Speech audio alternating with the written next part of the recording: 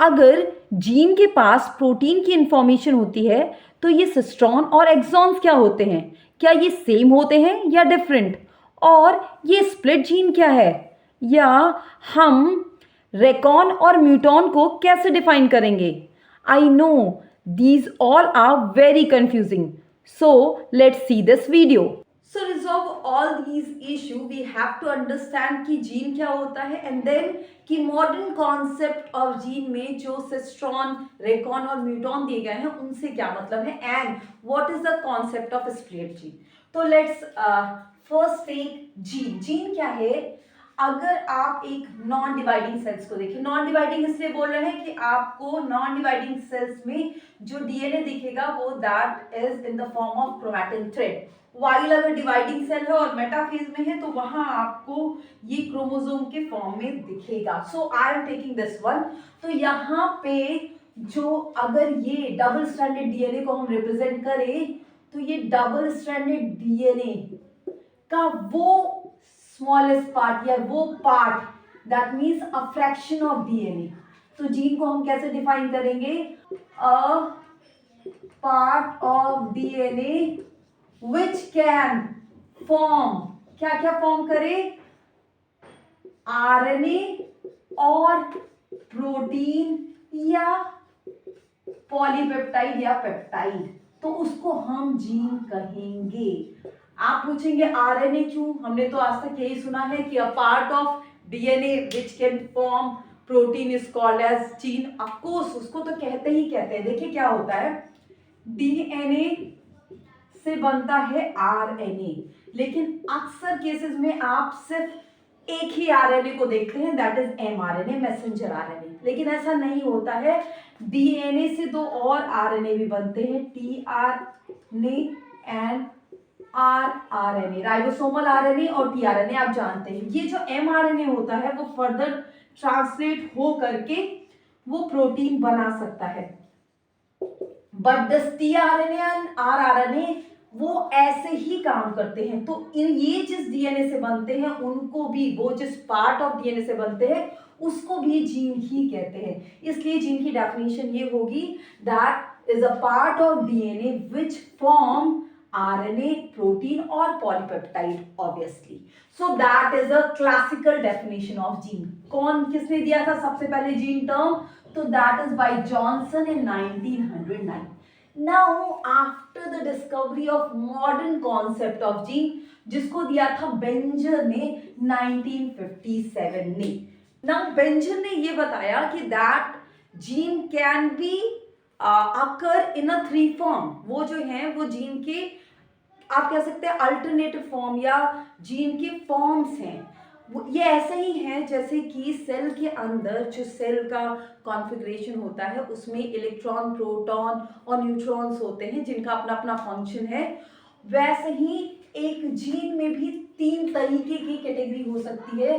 One is called as cistron, second one is called as recon and third one is called as muton. पहले हम एक एक simple definition से समझेंगे and then we will go in a detail. तो cistron क्या है? Cistron के दो नाम देते हैं, that is a unit of function या इसी को कहते हैं यूनिट ऑफ ट्रांसमिशन. क्यों कहते हैं भाई?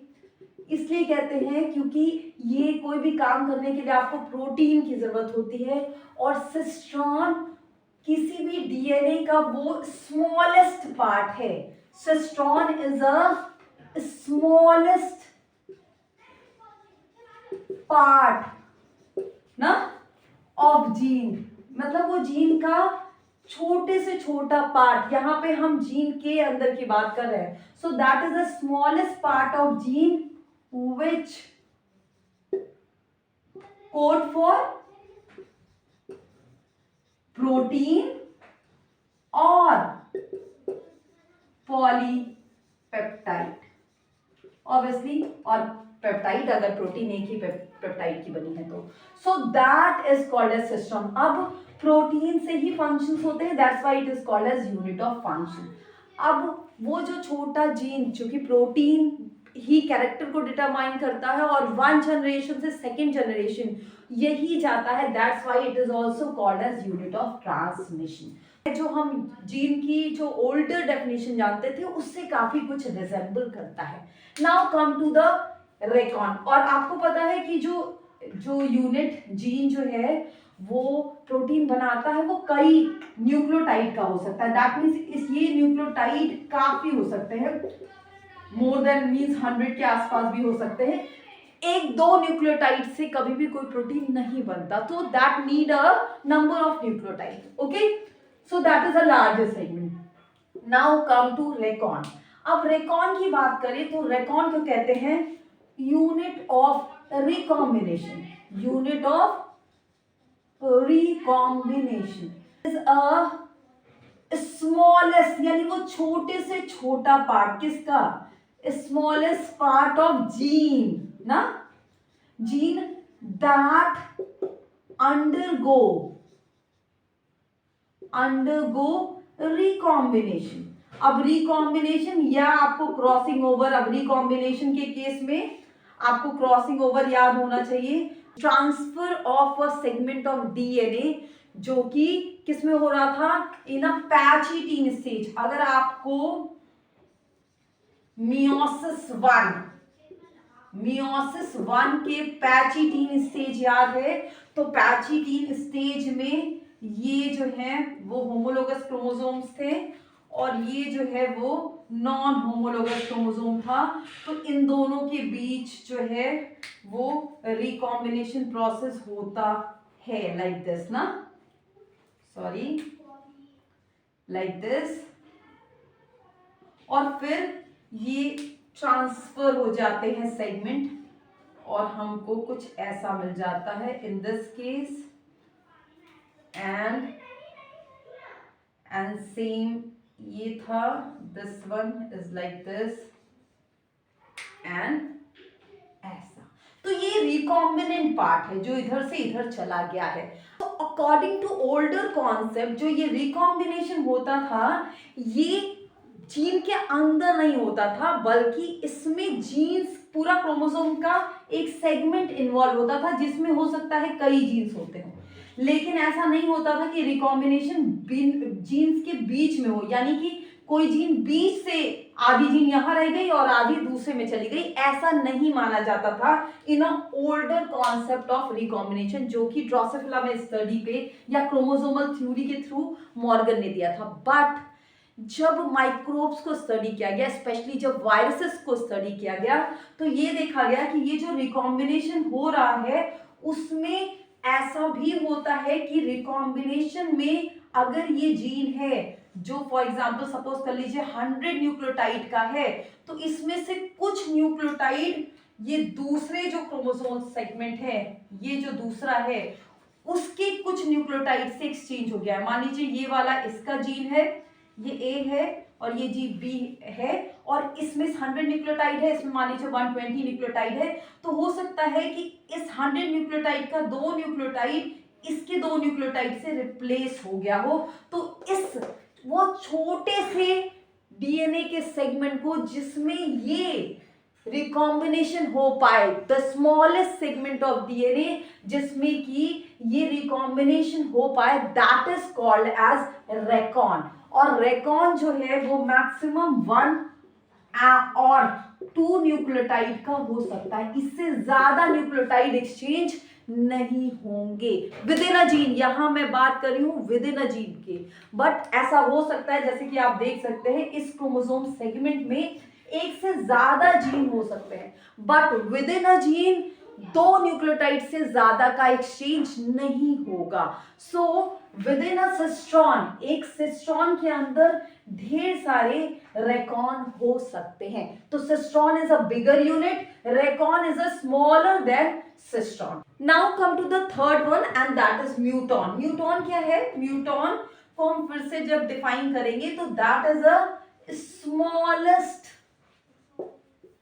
सेगमेंट ऑफ फ्रेगमेंट ना, सेगमेंट ऑफ जीन, उसी जीन के अंदर की बात हो रही है जिसको हमने पहले क्लासिकल में डिफाइन किया था।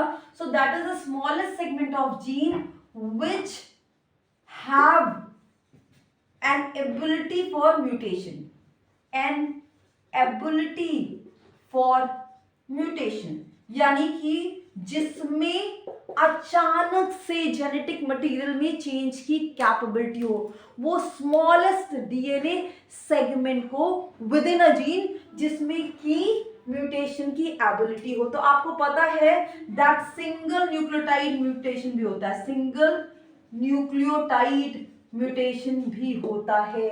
इसका बहुत अच्छा एग्जाम्पल है क्या, सिकल सेल एनीमिया, जो सिंगल न्यूक्लियोटाइड म्यूटेशन होता है। तो जो ये म्यूटॉन है वो स्मॉलेस्ट कितना हो सकता है, केवल 1 न्यूक्लियोटाइड का हो सकता है। तो अगर हम इन तीनों को कंपेयर करें तो within a cistron there can be several recon, within a recon there can be several muton. तो अगर हम साइज वाइज देखें तो सिस्ट्रॉन सबसे बड़ा है, उसके बाद Recon and the smallest will be muton. So that is a modern concept of gene and concept of cistron, recon and muton.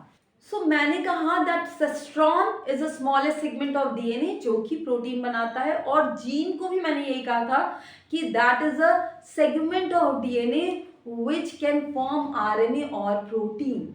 तो क्या सिस्ट्रॉन और जीन, जो हम नॉर्मल जीन कह रहे हैं, ये सिनोनिम्स हैं? क्या जीन और सिस्ट्रॉन ये जो है वो एक ही बात है?